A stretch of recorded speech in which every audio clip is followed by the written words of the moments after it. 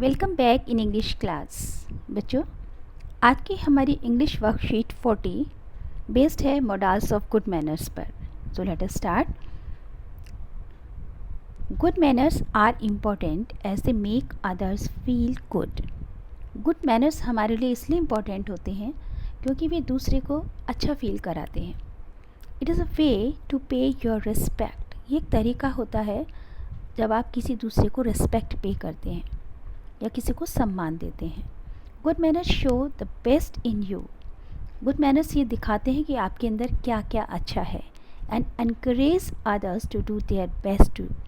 और जब आप किसी दूसरे के साथ अच्छा करते हैं तो सामने वाला जो जिसके साथ आप अच्छा बिहेवियर कर रहे हैं या अच्छे से बातचीत कर रहे हैं तो आप उसे भी प्रोत्साहन देते हैं कि वो भी आपके प्रति रिस्पेक्टफुल रहे। Practising good manners on a daily basis makes life more pleasant. यदि हम रोज़ाना गुड मैनर्स की प्रैक्टिस करेंगे अपने सेंटेंसेस में या जो हमारी रोज़ाना की जो बातचीत है, यदि हम उसमें इन वर्ड्स का यूज़ करेंगे जो किसी दूसरे के लिए रेस्पेक्ट शो करते हैं, पोलाइटनेस शो करते हैं, तो उससे हमारी लाइफ और अधिक खुशहाल बन जाती है। Look at the use of models in the picture on good manners. आप इस पिक्चर में कुछ मॉडल्स दिए हुए हैं, आप उन्हें देख सकते हैं। ये मॉडल्स में गुड मैनर से संबंधित हैं। The use of modals would, could and should is usually made to show your courtesy to others. जो वुड, कुड और शुड, ये तीन मॉडल्स हैं, ये नॉर्मली यूज़ किए जाते हैं अपनी विनम्रता को शो करने के लिए, दूसरों के प्रति अपनी कर्टेसी को शो करने के लिए। They are use to talk about possible situation. Normally हम इनका यूज़ तब करते हैं जब हमें लगता है कि ये सिचुएशन पॉसिबल है, यानी सामने वाला उस काम को कर सकता है या आप उस काम को कर सकते हैं। यानी इम्पॉसिबल सिचुएशन में आप इसे यूज़ नहीं करते, आप सिर्फ इसे पॉसिबल सिचुएशन में ही यूज़ करेंगे। कुड इज़ यूज टू से when an event is possible. आपको मालूम है कि पॉसिबिलिटी या एबिलिटी को शो करने के लिए हम कैन का यूज़ करते थे, तो यहाँ पर भी कुड का हम यूज़ तभी करेंगे जब हमें लगता है कि वो जो इवेंट है वो पॉसिबल है। ठीक है। Would is use to talk about a possible और इमेजिन सिचुएशन। वुड का यूज़ भी हम पॉसिबिलिटी के लिए इसके साथ साथ इमेजिन सिचुएशन के लिए करते हैं, यानी ऐसा हो सकता है या ऐसा होगा। तो जहाँ पर अगर हो सकता है तो वो तो पॉसिबिलिटी हो गई, यदि ऐसा होगा तो हम अभी इमेजिन कर रहे हैं। ठीक है, तो ऐसी दोनों सिचुएशन में हम वुड का प्रयोग कर सकते हैं। Should is use for advice and for suggestion. और शुड का प्रयोग हम करते हैं अगर हम किसी को हम्बल एडवाइस दे रहे हैं, ठीक है, तो वहाँ पर हम शुड का यूज़ करते हैं। सो लेट अस सी, जैसे यहाँ पर एग्जांपल दिया है, will you open the door for me. तो ये जो हम विल, वुड और शुड या कुड का यूज़ करेंगे, ये हम यूज़ करेंगे to show respect and politeness. इसके साथ हम इसमें प्लीज़ का यूज़ कर रहे हैं, तो प्लीज़ यूज़ दीज एक्सप्रेशंस। इन दोनों एक्सप्रेशन को यूज़ करने के लिए, शो करने के लिए हम प्लीज़ का यूज़ करते हैं, या फिर जब हम कोई रिक्वेस्ट करते हैं किसी से तो हम प्लीज़ वर्ड का यूज़ करते हैं। अब मैं आपके सामने ये जो सेंटेंसेस हैं मैं आपको बोल के दिखाती हूँ। जैसे will you open the door for me, would you open the door for me, would you please open the door for me. तो तीनों सेंटेंस का मतलब एक ही है।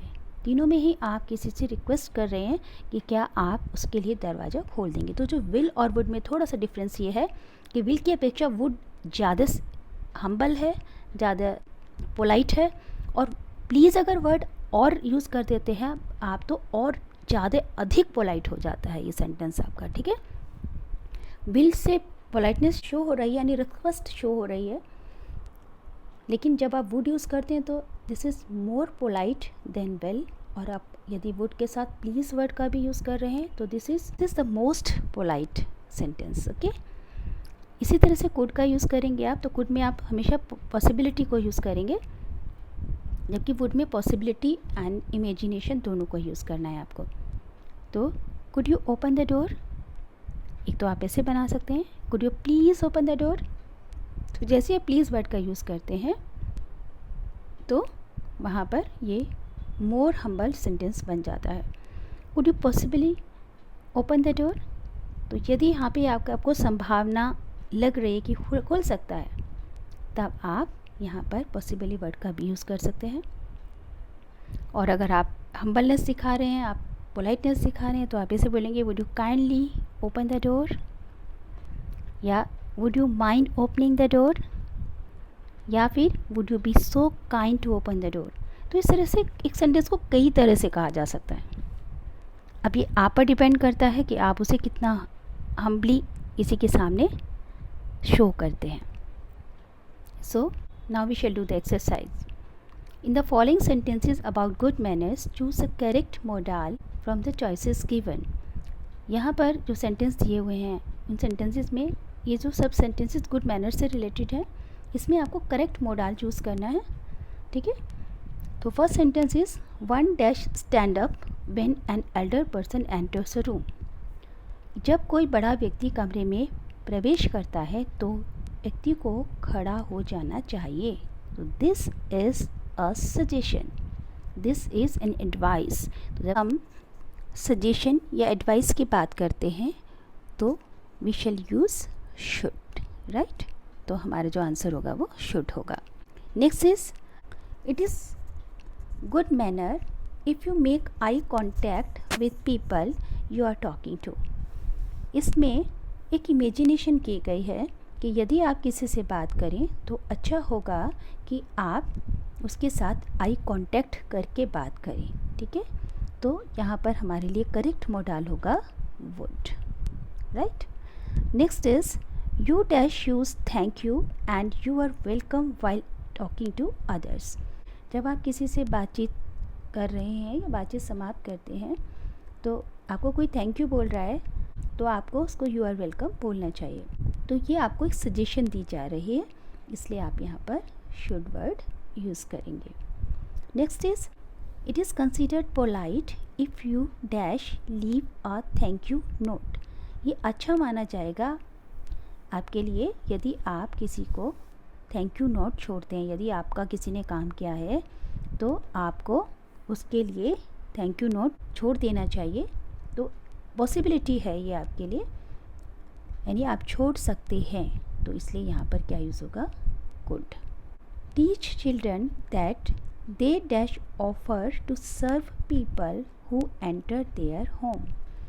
कि अपने बच्चों को ये सिखाओ कि उन्हें अपनी सर्विस ऑफ़र करनी चाहिए, यानी उनकी सेवा के लिए तत्पर रहना चाहिए जो लोग आपके घर आते हैं। तो इसके लिए हम क्या यूज़ करेंगे शुड, ठीक है। ये भी एक सजेशन है। Next sentence is you dash offer to open the door for other. तो यहाँ पर जब कोई आपके घर आता है तो उनके लिए दरवाज़ा खोलना, तो आपको उसके लिए आगे आना चाहिए।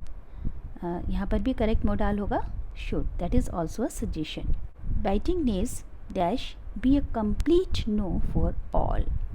यानी नेल बाइटिंग जो होती है वो पूरी तरह से सबके लिए मना होनी चाहिए, ठीक है। तो यहाँ पर वुड नहीं है, शुड होना चाहिए, क्योंकि that is also an advice और suggestion. Licking your fingers at the dining table dash not be done. तो यहाँ इसका मतलब यह है कि डाइनिंग टेबल पे एक तरह से रिस्ट्रिक्शंस लगाई जा रही है कि डाइनिंग टेबल पर उंगली चाटना जो है वो बिल्कुल भी नहीं होगा। तो यहाँ पर हम क्या यूज़ करेंगे वुड। इफ़ यू स्नीज और कफ यू डैश यूज़ हैंकरचीफ। तो ये क्या है सजेशन है कि यदि आपको छींक आ रही है या आपको खांसी आ रही है तो आपको हैंकरचीफ यूज़ करना चाहिए। तो जब सजेशन है तो आप यहाँ पर शुड यूज़ करेंगे। When you chew your food you dash not open your mouth wide. तो यहाँ पर भी सजेशन है बेटा, क्योंकि जब हम खाना खाएंगे, वो कह रहे हैं जब आप खाना खाइए, खाना चबाते हैं तो आपको अपना मुंह बड़ा सा नहीं खोलना चाहिए। तो यहाँ पर भी शुड का यूज़ होगा। Offering food to the hungry. किसी भूखे को खाना खिलाना dash be a good deed. ये एक अच्छा कार्य हो सकता है, संभावना है, तो इसलिए यहाँ पर हम वुड यूज़ करेंगे। Next is teasing animals dash be both incorrect and immoral. कि एनिमल्स को टीज़ करना इनकरेक्ट गलत भी है और इमोरल भी है, ठीक है। तो इसलिए हम यहाँ पर क्या यूज़ करेंगे could. Teasing animal could be both incorrect and immoral. Next is raising your hands if you wish to say something. यदि आप कुछ कहना चाहते हो तो उसके लिए हाथ खड़ा करना would be a good habit. ये इमेजिन कर रहे हैं हम लोग सारी चीज़ों को, इमेजिन भी है, पॉसिबिलिटी भी है कि यदि कोई अपनी बात कहना चाहते तो अपना हाथ खड़ा कर दे, ऐसी कल्पना करते हैं हम लोग, देन उसकी पॉसिबिलिटी, और ये पॉसिबल भी है ये, इसलिए हम यहाँ पर वुड का यूज़ करें। तो वुड का यूज़ हम कहाँ करते हैं, जहाँ पर पॉसिबिलिटी भी हो और जहाँ पर इमेजिन भी हो, ठीक है। Offering a seat to the elderly और टू वीमेन, किसी भी बड़े व्यक्ति को या किसी औरत को यानी वीमेन को सीट ऑफर करना। बी अ काइंड जेस्चर, तो यहाँ पर भी वुड यूज़ होगा, would be a kind gesture. You dash wait for your turn to speak, आपको अपने बोलने की टर्न आने तक वेट करना चाहिए, तो दैट इज़ अ सजेशन, इसलिए यहाँ पर हम शुड का यूज़ करेंगे। तो बच्चों आपको समझ आ गए होंगे कि हमें वुड, शुड और कुड का यूज़ कहाँ करना चाहिए। एक बार फिर से रिपीट कर देते हैं। शुड का मतलब जहाँ सजेशन दी जा रही है वहाँ पर हम शुड का यूज़ करेंगे। जहाँ पर हम पॉसिबिलिटी को फील कर रहे हैं कि ऐसा कार्य संभव है, वहाँ पर हम वुड का यूज़ करेंगे, और जहाँ पर पॉसिबिलिटी एंड इमेजिनेशन दोनों हों वहाँ पर हम वुड का यूज़ करेंगे। तो गुड मैनर्स में हम्बलनेस, रिक्वेस्ट और पोलाइटनेस को शो करने के लिए हम could, would, should and will का यूज़ करते हैं। आई होप कि आपको ये वर्कशीट क्लियर हो गई होगी। अगर आपको वर्कशीट ठीक से समझ आ गई है तो आप प्लीज़ इसे लाइक ज़रूर करें और इस चैनल को सब्सक्राइब करें ताकि आपको आगे आने वाली वीडियो की जानकारी मिल सके। इसी के साथ हमारी आज की क्लास समाप्त होती है। See you in the next class. Till then stay home, stay safe. Thank you. Have a nice day.